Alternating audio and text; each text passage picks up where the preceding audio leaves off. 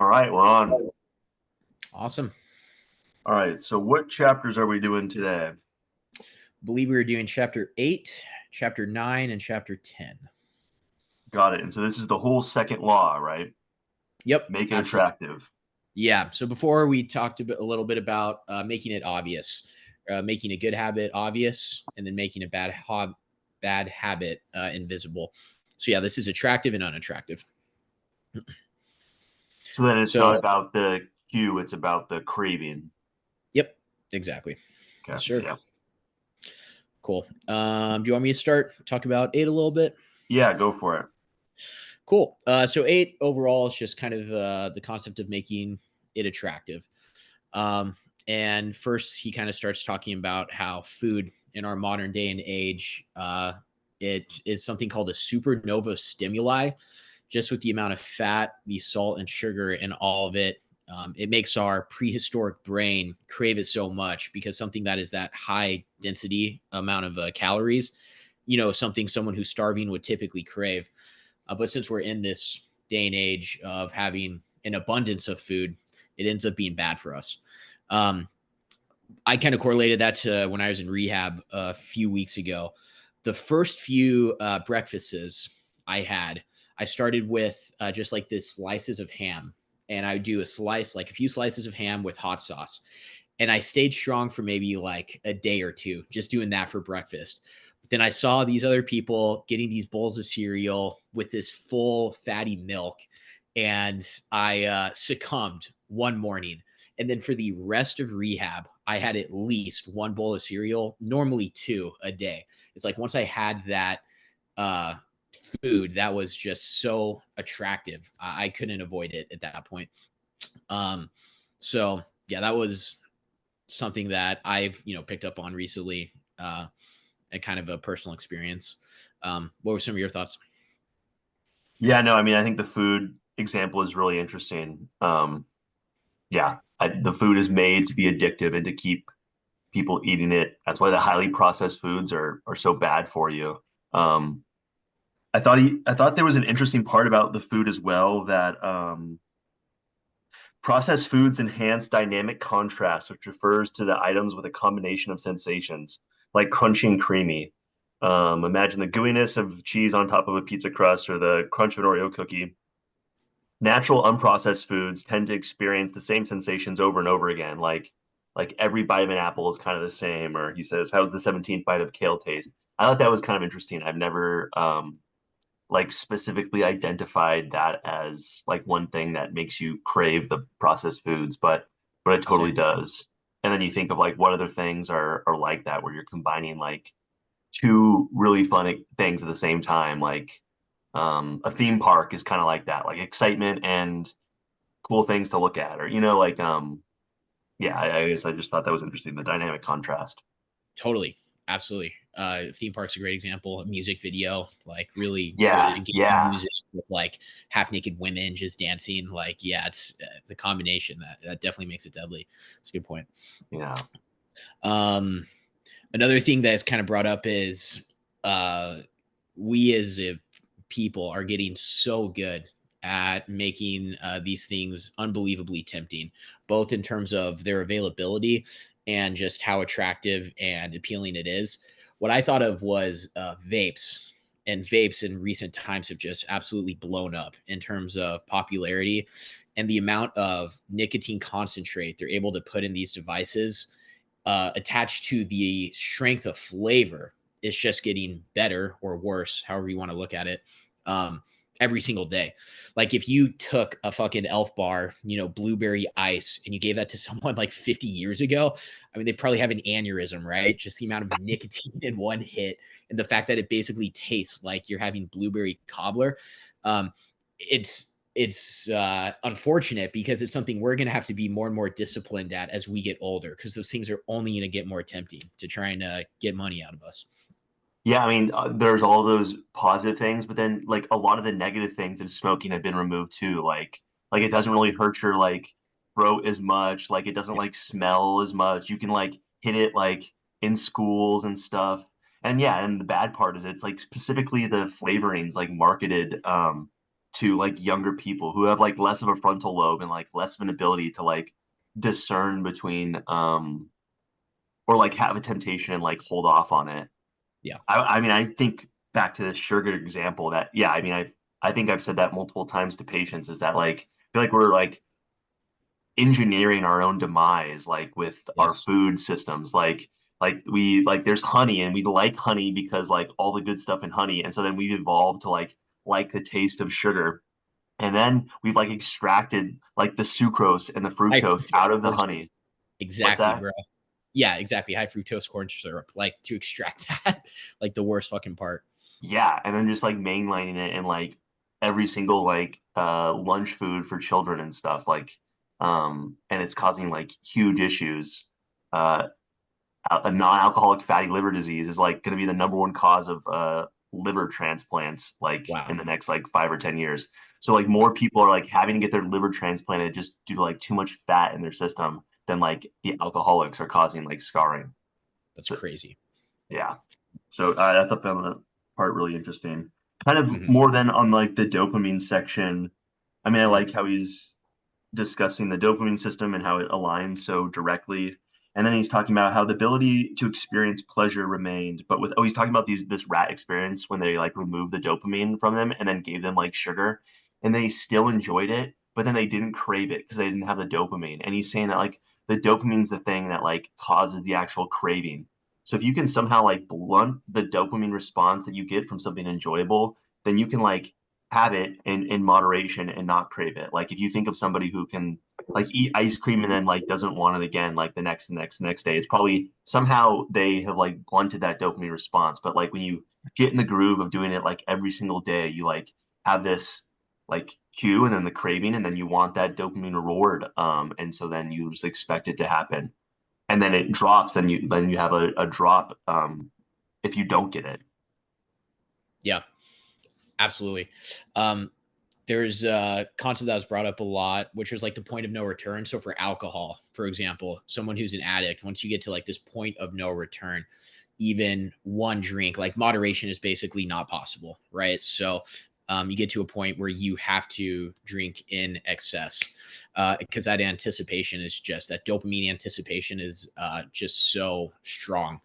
So yeah, being able to avoid it completely ends up having to be the solution. Um, so yeah, that's super interesting. Um, one piece I kind of wanted to talk a little bit about too was in that terms of anticipation. A big one for me, at least as a kid, was like anticipating a certain video game, and I think maybe you could probably relate with this too.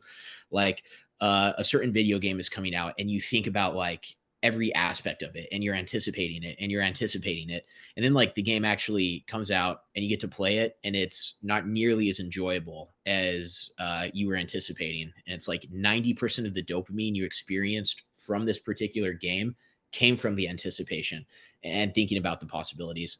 So yeah, I think that relates to a lot of different things in our lives. Yeah. I mean, I think back to all the times when I was so excited to hang out with my friend named Caden, and then I hang out with him, and it like wasn't that fun. It's like, Yeah, wow, it was a waste of time. yeah, No, no, I mean, I I think totally, so yeah, much about like Christmas. That always happens to me with like these yes, holiday. When I was a kid with holidays, like I would like hype it up and I'd be so excited, and then like I'd always like just kind of whatever. It just wouldn't be hype like live exactly to the hype, and it would be disappointing. Um, 100. but I think that point is interesting about how when you think about something, you do have a little bit of a dopamine spike, which is why I think you feel really bad if you don't get that thing. Because like if you think about that wave pool analogy that we've talked about, like each dopamine like causes a wave and there's a subsequent like trough below it. That little bit of a bump causes a little bit of a trough if you don't like automatically bump it with a huge spike from like eating the ice cream or biting your nails or whatever it ends up being. Um, Totally. so I think yeah, that helped me really understand why you have certain emotions like based on if you feed a craving versus if you don't. Absolutely. And wanting to make up for it. Yeah, like you said, it's that lapse happens. Now you need to really recoup with Yeah. something even stronger. Yeah, for sure. Um the cold oh yeah, the cold plunge example too, I thought was kind of an interesting one because I cold plunged for the first time today, and I had really no dopamine in terms of anticipation because I didn't know what it was like at all. So for me, I think the line was just flat, right? Because there's no anticipation for it. I haven't experienced it yet. And then I end up doing the cold plunge, and I get out. The first maybe 30 seconds, all I can think about is like how frigid my toes are. My body is, extremely cold. And then maybe a minute later, I get this insane dopamine rush that you get from a cold plunge. And I know moving forward, the anticipation I'm going to have from that high, that dopamine's going to be there, and it's going to motivate me to do it even more. Um, yeah. So the experience I had is kind of like D, but without that jump at first, Well, you'd because this probably is be A, right? It was flat, and then all of a sudden you get this reward. totally maybe there's a little bit of a drop off because I thought like, you get out and you get the high immediately, which I didn't feel like, but then maybe a minute later it shoots up. Absolutely. Yeah, And so now if I do it tomorrow, I have this anticipation. I know the high that's coming. So it's going to look a little bit more like D. yeah. I like this graph. I think I liked how it aligned it with kind of the four aspects of it. Mhm. Yeah, me too. Um, The visuals are good in this book. Thank you for showing that. I mean, Um, kind of the last thing that stood out to me was just like, again, going back to this idea of like the dopamine response. And then I feel like he talks a few paragraphs about how like the response is so powerful, even if you're able to like logically like reason your way around like thinking why you should or shouldn't do a certain task, like the dopamine spike is still happening. And so we need to make our habits attractive because it's the expectation of rewarding experience that motivates us to act in the first place. But like even if you think you can like reason your way out of not biting your nails every day, or I guess I'm trying to think of like a positive thing, like pull plunging every day, like you're gonna need it's gonna make it easier if you like make it more attractive, or if you have it stacked, or if you do some of these like tools that he's describing. Like even if you can like logically convince yourself of like the reason for it, it's just yeah, like why not do this? You have this thing like innate that's happening in your brain that you like can't really control. It's like an unconscious like single way pathway, like a vector that's happening and you can't like stop it. yeah, absolutely. And like you said, compounding that with stuff like habit stacking, or yeah, like temptation building, which was like they talked about that a little bit in this chapter too. An action you want to do versus an action you need to do, and kind of putting those two together. I remember in college, I had a buddy who kind of did like anti temptation stacking. So he had a hard time waking up when his alarm clock would go off. And what he ended up doing is downloading this app where you had to solve this like calculus problem before you could turn your alarm clock off. So in his head, he's thinking, well, if I attach something that I need to do, which is wake up, to something like I don't want to do, but I have to do it, then I'm just going to do the math problem. My alarm will turn off and then I'll be up. Right. Well, the first time he did it, what he ended up doing was just taking the fucking battery out of his phone and then going back to bed. It didn't work whatsoever. But then I do remember, and this is maybe not a great example with the vice he picked, but he's like, if I wake up at this time, I'm allowed to go outside and take a hit and smoke a little bit of weed. What's funny, and I'm not suggesting anyone do that in terms of habit stacking, but it did work. It was something he really wanted to do, which was get a little high, with something he had to do, which was wake up, and he was able to wake up a lot earlier after that point. So Well, um, there he goes. He must have read the book. yeah, exactly. So just smoke weed for anything, pair it with anything you need to do is the Yeah. motive there. Wait, so you live with James Clear? That was your roommate? I did. Yeah, he's wild. There's a lot of stories he doesn't talk about. Yeah. Yeah, I'll talk about that in the bonus episode. Yeah, sounds good. All right, that's kind of all I got for that chapter. Yeah. Um, let's see if I have anything else. Oh, another real quick thing is he's talking a lot about like something you need to do versus something you want to do. And I've noticed something that I feel like I need to do. One was like practicing gratitudes a lot more. It felt like at first a habit that I needed to do. But as I did it more and more, I found that I enjoy thinking about the things I'm grateful for. So it quickly became a habit that I need to do into something that I want to do. So I used to have to incentivize, well, in order for me to do my gratitudes, I will reward myself with a bowl of cereal, right? But now the gratitudes is the thing I want to do. So it's like, well, in order to apply for this job, I'll reward myself by doing gratitudes for 5 minutes. It's kind of cool how that works. With repetition, it's like becomes a desire instead of something I need to do. Yeah, you're kind of like tricking your brain into wanting it. I think he Yeah. talks too about like how if you exercise every day at like a certain time, you're like your body like wants that. I mean, I think that's like one of the reasons like why like when I wake up in the morning, like my body's like aching, like it's ready to Yeah. go. Like I need to get up and like start moving my body. Totally. I wonder if that's because it just knows it's time to Yeah. surf, It knows it baby. needs to. Yeah. Yeah. Exactly. It's time to get It, barreled. I mean, yeah, that probably is a big part of it, right? I mean, the anticipation you have to get out there, right, and experience it, Yeah, it really gets you up. I like that. yeah. Do you go surfing typically the same time every day? Within a few hours, yeah, Okay, yeah. nice, nice. All right, let's move on to chapter 9, family and friends. Um, just quick introduction. He kind of starts it off with that family. This guy who wants to, he's convinced. He's like, there's really no such thing as a natural born genius. It's just hard work, hard work, hard work. So he ends up raising his three daughters to like become chess prodigies, and they all become extraordinary. And he just raises them from like age 2 to start playing chess. I think the youngest one by age 5 was able to beat him, like became a grandmaster, one of the best female chess players of all time. So really proving his point, right? Like that dedication to that at a very early age can bring about like high success. But there was one quote That doesn't that prove that at all. you don't think so? Dude, no, that's like such a I tiny think it case definitely does. study. Like it's probably just genetics or like what they were I eating or like there's so many different factors that are involved with that. Like there's no way that proves anything. People I always talk about this as like try to derive understanding or like rules from this case study. I think okay, I think it does prove it. And again, it's not 0 or 1. It's not either, you're a prodigy or it's only hard work. It's a little bit of both, right? But I think he did prove that raising someone in an environment like that can almost guarantee some amount of success. You disagree Wow. though. That's a claim. Yeah.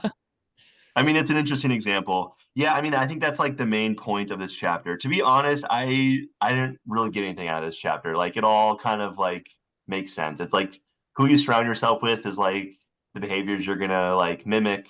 Surround yourself with good people who are doing the things that like you want to do.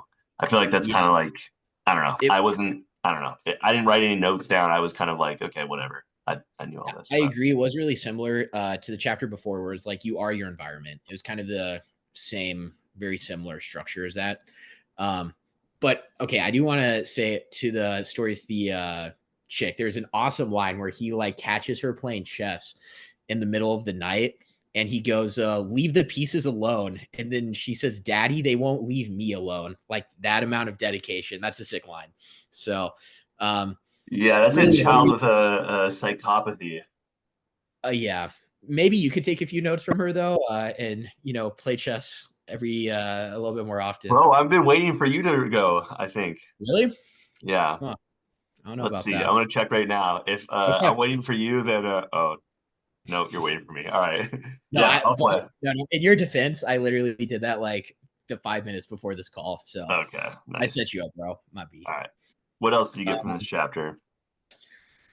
What did I um, miss? yeah, yeah, no, you didn't miss anything.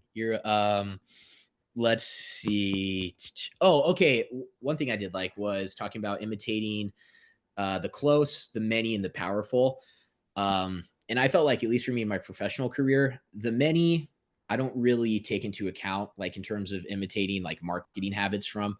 Uh, Close, maybe a little bit, but the big one was definitely the powerful. Like if I was in a meeting and it's our marketing department of like 12 people, I would catch myself not really caring about the opinions of anyone other than like my direct mentor and the CMO that I highly respected, like the people in my mind that were the powerful. Um, there could be 10 people that agree on a certain concept, and that wouldn't have any influence on me. All I really cared about were the those two people in the room. That's not, I think, always the case for everything in my life, but at least professionally, like in the marketing realm, it I really do try and imitate the powerful, and I don't really think much about like the many or the masses in that regard. And I'm kind of curious, yeah, your thoughts, like working in medicine. Out of those three, what tends to influence you? Yeah, that's interesting. I mean, it makes a lot of sense for marketing because you think if you just follow the many, then you're just gonna like it'd be hard to stick out. Mhm.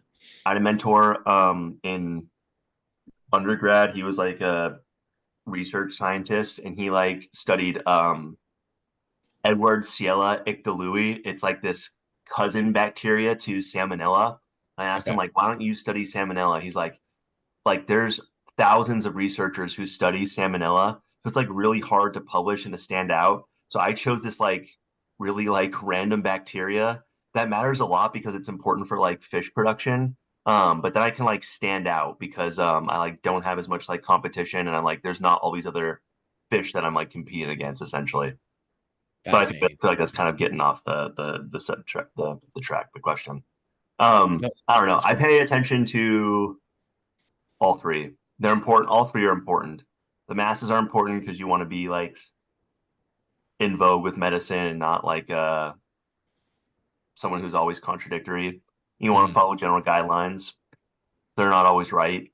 Um, Powerful people are not doctors. They're like MBA people and like business people. So I definitely don't listen to them. They're wrong.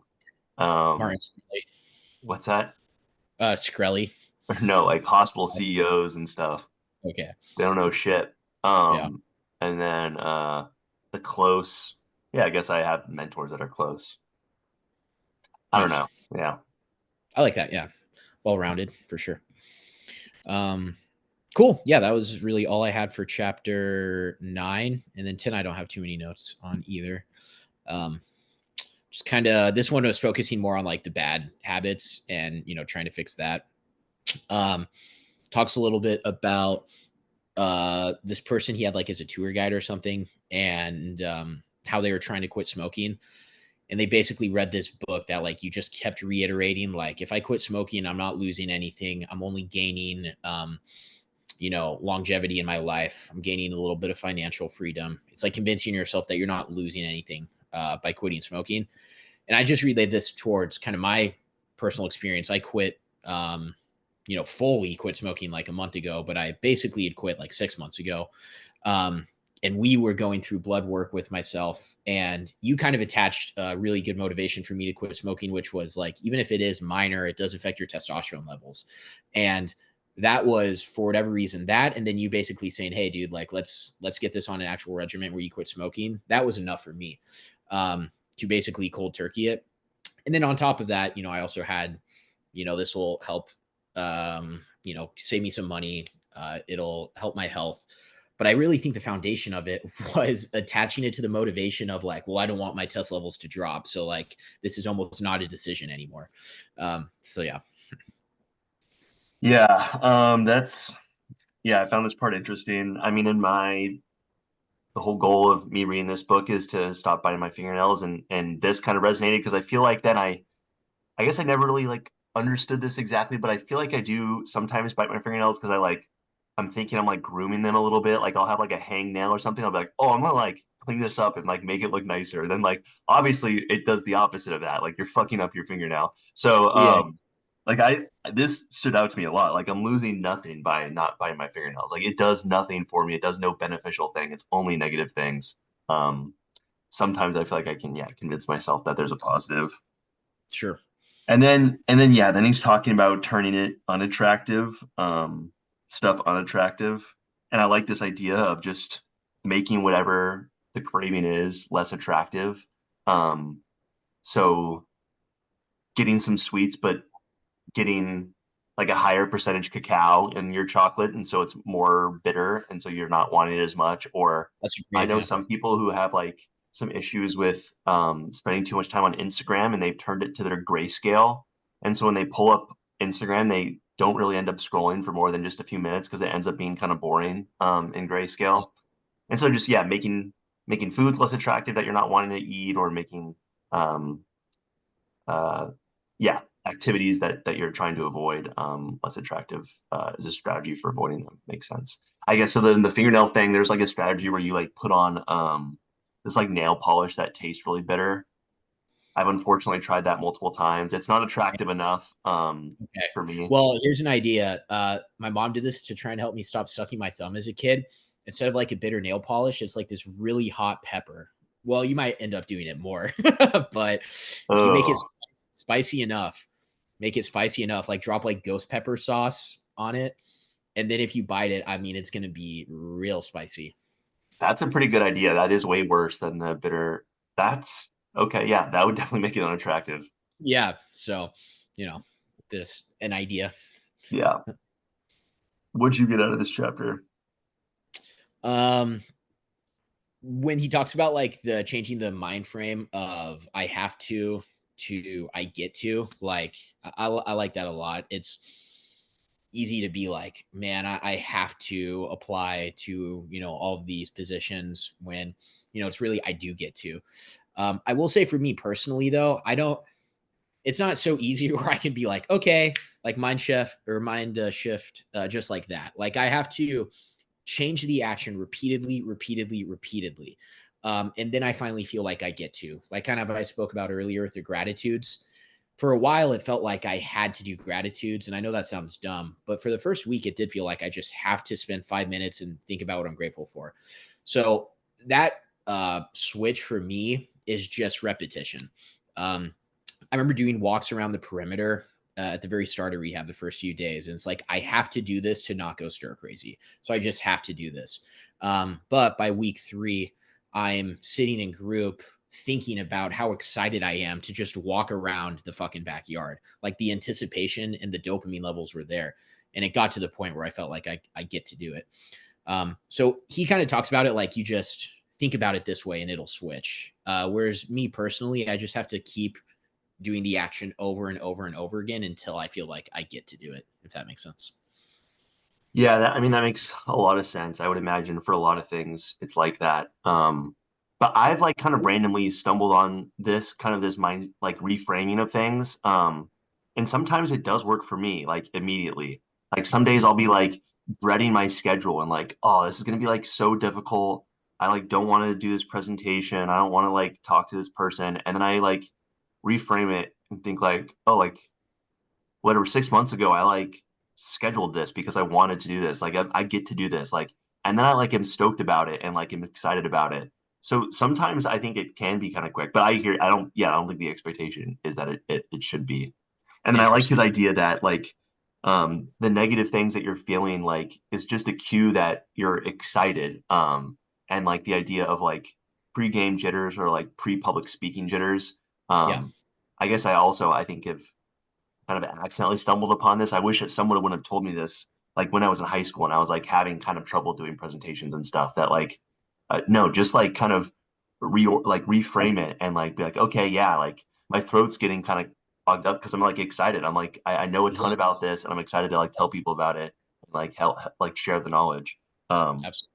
and then it just reminds me of kind of switching from like have to get to back to the last book we did when he's talking about like you can get a lot more when you are like whatever you're like the adult learner who's like going back and like trying to learn something as opposed to like this student who's like forced to learn something who like is just there because like yeah they're expected to be there. So yeah, I guess that book is telling you the benefit of being in the I get to mindset, and this book is telling you how to get to that I How get to to mindset. absolutely.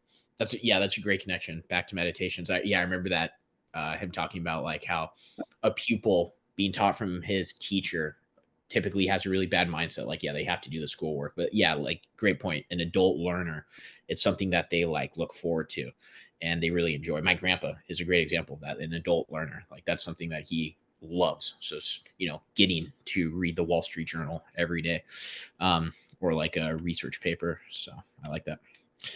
Yeah, I Cool, remember like man. the people that were like top in my medical school were all like second career people who are like 40 years old and who like had come back Interesting. and like Huh. and they had been like further away out from school, so they didn't have like they weren't used to like staying up late studying and all that kind of stuff, but they definitely wanted to be there, and they definitely wanted to do good. Wow, that's a great example of that. Hopefully, you can attain something like that without having to get to that age. Um, but yeah. Yeah. All right. All Well, right. anything else? I don't think so. Next piece we have is what is it? Third law, make it easy. Make it easy. Cool. So 4 chapters, 140 to 180, so another 40 pages. So you want to meet sometime? We can meet after Christmas sometime. Yeah, sounds good. Cool. Meet then. Until then, I'm signing off here.